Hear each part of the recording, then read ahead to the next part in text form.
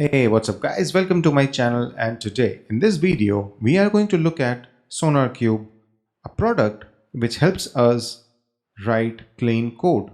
So Sonarqube is a tool which is primarily a scanner of our code, and it does checks around code quality, security, and around consistent code and readability.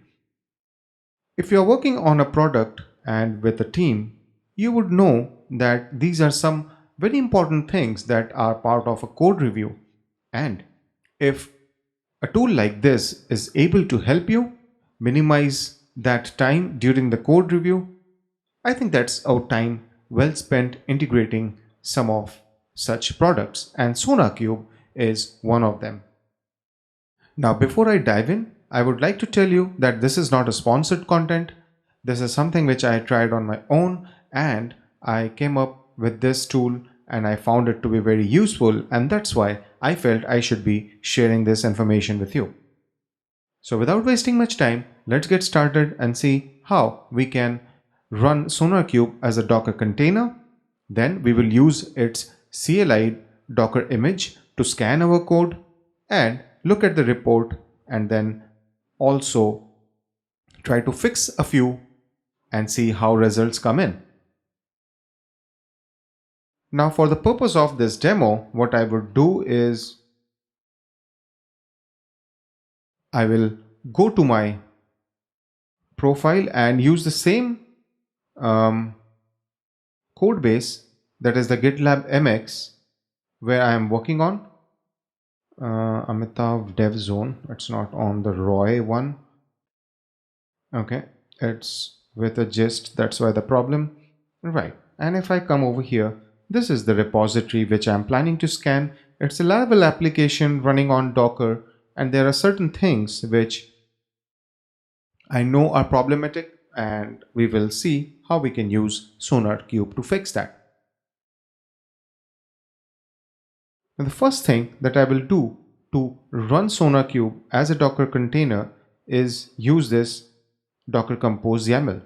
If you see over here, we have defined two services. One is the Sonarqube main container, and the second one is the Postgres database. In the environment, I'm setting up a few stuff, which is like the database username, password, the JDBC connection string. You can see it is JDBC :Postgres, Sonarqube database 5432, and then the username, passwords, and stuff. Okay. Then the configurations are converted into a volume. Database is here. Straightforward stuff, right? So I'll just copy this. I'm inside my R&D folder. Maybe I'll create a new directory called Sonarqube. Okay. And inside that, let me do a folder called Docker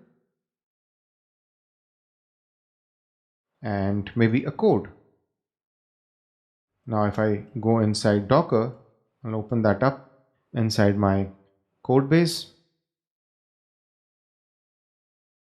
create a new Docker Compose file, and just save it. That's about it.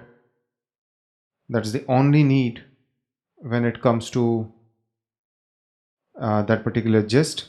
Okay, I'll keep this open still because there is one more command which I need to run over here. But before that, let me now first check if Docker is running.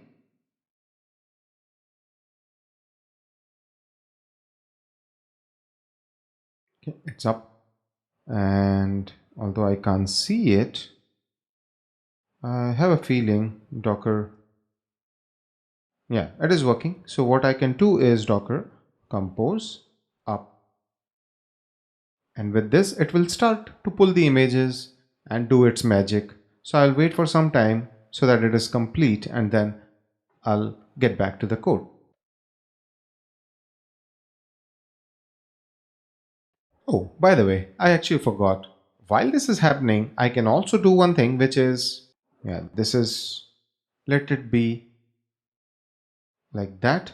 What I can do is I can open a new terminal, go one step back, and maybe I don't need the code folder, I'll just delete it, but I'll do git clone, and I'll clone this code base because this is what I am planning to scan, right? And I don't need the vendor folder because what I will be doing is scanning my own code.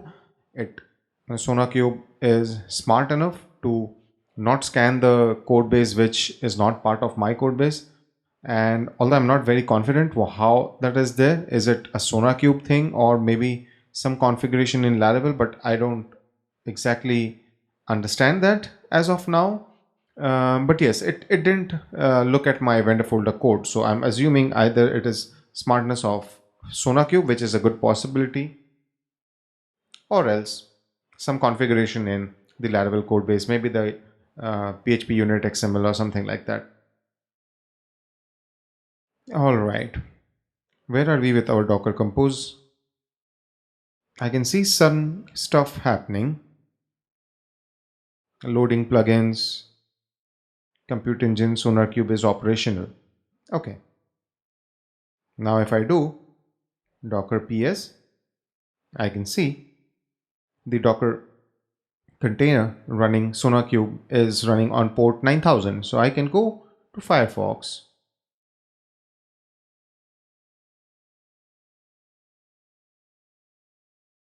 and this is my Sonarqube's admin interface. Now by default, the credentials were admin, and on the first login, you are asked to kind of change the password, which is very obvious. Okay, and this is the homepage of Sonarqube, right? I would like to tell you that Sonarqube, if configured properly, you would be able to import codebase from GitHub, from GitLab, and multiple options. However, right now in this video, what I will be doing is create a local project. I'm not going to do the integrations and stuff, although that is possible. I will just use this. Okay, so let's start with that. But yes, in the meantime, if you guys feel that you want to know how Sonarqube can be integrated with GitHub, then feel free to comment below. Share your thoughts, share your request, and if I can see enough comments requesting for that, maybe I'll create a video out of it. Okay, so now let us work through this. Project display name, product key. This is important. I'll show you in the command how I have used the product key, this, right, as something as the identifier, because when the CLI tool will run, right, you can see Docker run and these parameters, right, it would understand that from Sonarqube it is going to take configurations from this project and share the report data to this project. And we are talking about the main branch, so that's the configuration over here. Go to stage 2, set up project for clean as you code. Okay, I can say global settings.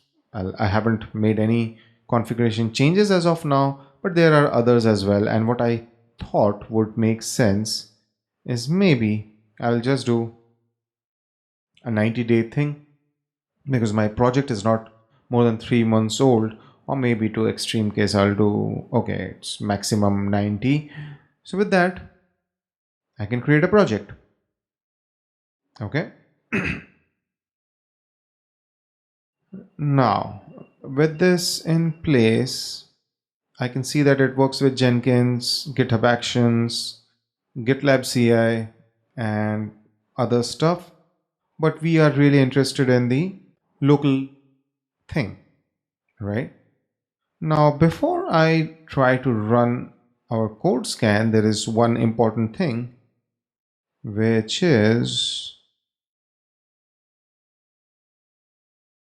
there was something called as the project key. And I'm just trying to remember. So if I go to projects, yeah, that's the only configuration. In here, inside general settings,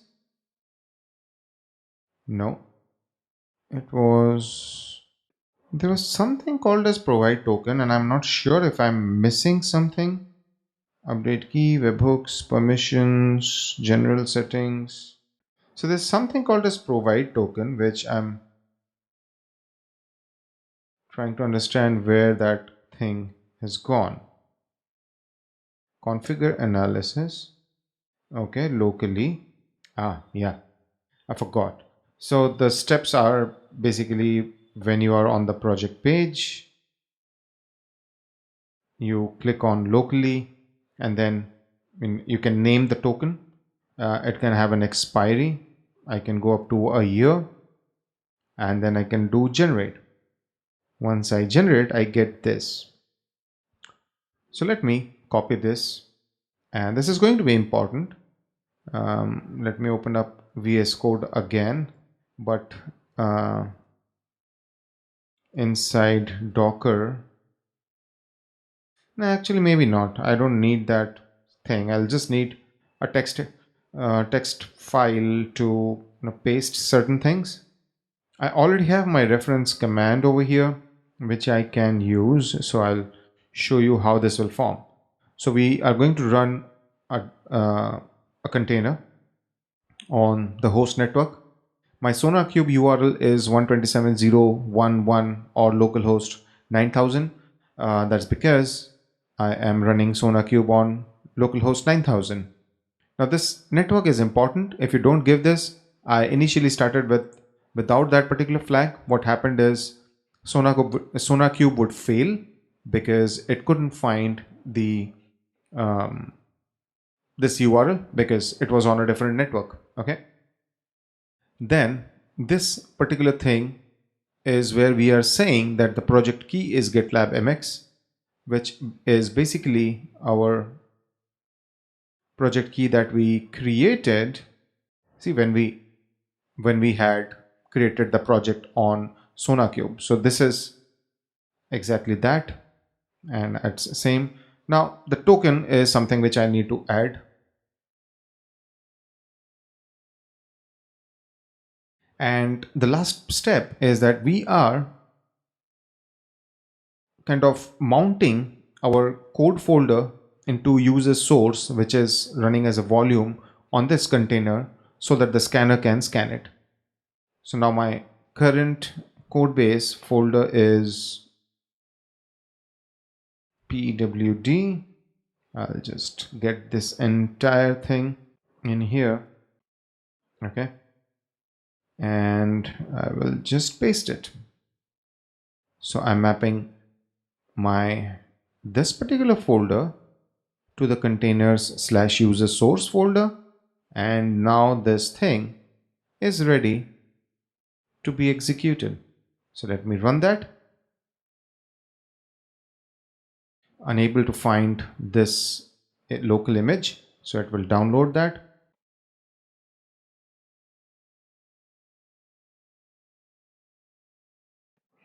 And it has started scanning. Okay. Load global configurations, doing quite a few things. Quality profile, CSS, Sonarway. Okay, there are stuff going on.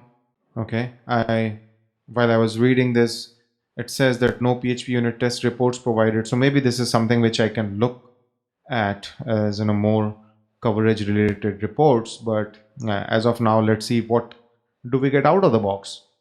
Now this entire time, right, it can vary based on the number of files that you have in your project and yeah, primarily number of files and how big they are, because this is a scanner, so it will literally scan every line of your code and go through its rules and then tell you.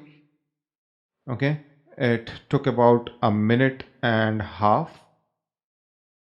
Final memory 18 MB out of 74, if that is correct. Fine. And now let's see if I can look at the report over here. And I do. So let's see how we are performing. I can see overall code security 0 open issues. Reliability I have 25 open issues. Maintainability I have 137. So that's quite a few. And I guess I'll have to work on them. Okay. Let's look at a few and see if I can kind of clean them up a bit. So I'll go to the consistency ones. Require ones. These are framework files. Okay. Maybe I'll start with the intentionality thingy. Okay, so I'll open this up in my VS Code. I can see some folders getting created over here. This scanner work was not there initially, but that's fine. So now let's look at one thing. What does it say? It says remove this commented out code. Okay, this is based on some rule, which if you want, you can go and check. Line affected L15, which is this. What is and why this is an issue? So it will give you an explanation, activity, stuff like that. And some issues have a little more description, maybe like they would give you a solution to how you can solve that problem. Okay, so I was inside it, that issue was inside the kernel. If I now save, that should ideally be cleared. Okay, we will look at that. Let's address a few more. Nested comment explaining why this method is empty. So where is this issue? Why this is an issue? An empty function is generally considered bad practice. Okay, and what is the fix? Well, obvious. Need to remove the empty methods, and if not, comment explaining why the method is empty. Okay, so even this works, right? But I can't keep them like this. So let's look at our file then. The file, come on.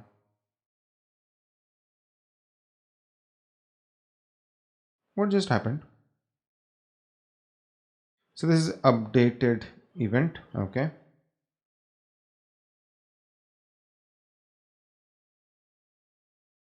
I'll go inside once more, and it has problem with the construct. So yes, no, I don't have any things being injected, so I really don't need the constructor, so I can get rid of that. Let's look at one more. Client controller. Yes, this is something which I know would come up because I have empty methods over here, and if you see, it has flagged it off, right? So let's get into work and straightforward remove these methods and see if things are solved. So what I can now do is, let's look at the numbers. So intentionality I had around 122, so previous, and I'll run the scan once more and let's see if things change. Not code, but yeah, this entire thing. All right, so this one again took a little bit of time, and it's about 1 minute 20 seconds, which is fine. Now let's look at our report. So what I will do is open a new tab, and obviously from 122 we are down to 117, which means there have been issues which got closed because Sonarqube was able to figure out that certain things have been fixed. So yeah, that's pretty much how things work, and this is a nice way to scan your code and comply with this. As I said, these are very basic stuff which can be taken care of during the code reviews, but if an application is doing it at a high level, it just makes more sense. And they have divided them into software quality, severity. You can address the high ones first, medium, and then the lows. So these are pretty nicely done, and obviously overall I feel that I will be able to get my GitlabMx's code base to a better level in terms of code quality. So yeah, that's pretty much what I wanted to cover in this video. This is the initial bit on how we can use Sonarqube to scan our code base and get better with our code quality. If you like this video, then do click on the thumbs up icon and don't forget to subscribe to my channel.